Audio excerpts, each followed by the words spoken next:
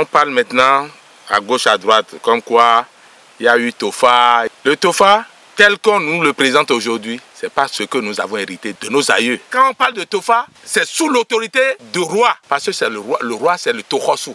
Le roi appelle les dignitaires et les bokonos de différents royaumes pour quand même faire la consultation de comment va vivre la population sur le territoire de son royaume. Parce que quand on dit Tofa, je suis même peiné de voir ce que je vois et de ce que j'entends. Le Tofa, c'est dans différents royaumes. Parce que nous n'avons pas les mêmes réalités, nous n'avons pas les mêmes coutumes. Il y a des divinités qui sont chez nous, par exemple, qui ne sont pas à Dassa, qui ne sont pas à Djougou. Donc chacun doit honorer cette divinité. Et c'est de ça qu'il s'agit. Et quand toutes ces divinités seront dans la joie, le pays aussi va en bénéficier. C'est de ça qu'il s'agit. Mais quand on va se lever pour dire, on parle au nom de tout le peuple, alors que nous n'avons pas les mêmes réalités, c'est que nous sommes en train de nous leurrer. C'est de la foutaise. Aujourd'hui, les choses se font même, les souverains découvrent ça comme tout le monde, à la télé, à la radio, dans les réseaux sociaux. C'est déplorable. Quand on veut réaliser la consultation du Tofa, ce n'est pas ceux-là qui prennent ça sur la tête comme étant les pionniers. Ça ne revient pas d'eux. C'est d'abord les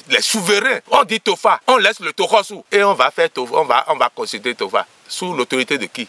Moi, j'entends parler, on va dire, on fait la consultation de Tofa et il faut des millions pour faire des sacrifices. Où sommes-nous? Est-ce que c'est la réalité de ce que nous avons hérité ça? Je ne crois pas. Je ne crois pas. Quel sacrifice va nécessiter le million? C'est quoi? C'est le lion ou bien l'éléphant qu'on veut immoler pour le sacrifice? Je n'en sais rien. Avant, dans les temps anciens, quand le Bokono consulte le Fa pour les sacrifices, même le Bokono seul peut regarder dans son sac et aider le peuple, la population dans la réalisation de ce sacrifice-là. Mais aujourd'hui, tout le monde veut être riche et qu'on crée le truc partout.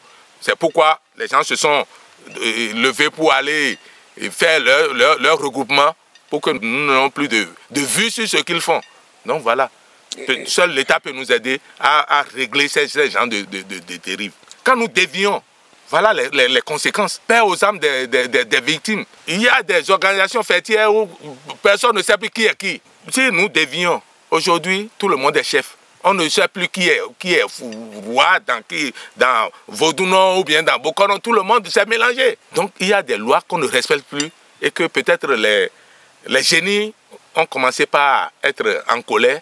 Et bon, nous allons quand même, chacun à son niveau, faire ce qu'on devait faire pour quand même que la paix revienne dans le pays. Quand on veut parler de sacrifice, ce n'est pas tous les Bokonos qui savent faire le sacrifice. Il y a des choses qu'il faut mettre en avant et que d'autres peuvent mettre en arrière. C'est également une fonction à part entière qu'on doit connaître. Tous les Bokonos ne savent pas réaliser des sacrifices. Ça, je suis bien placé pour le dire. Et tel qu'ils le font là, je ne pense pas que cela va avoir d'impact sur ce que nous voulons. Parce que chaque localité a ses réalités. Le Tofa doit être réalisé sous l'autorité d'un souverain, d'un roi. On doit laisser libre champ à chaque royaume, à chaque localité de réaliser son Tofa là où lui semble.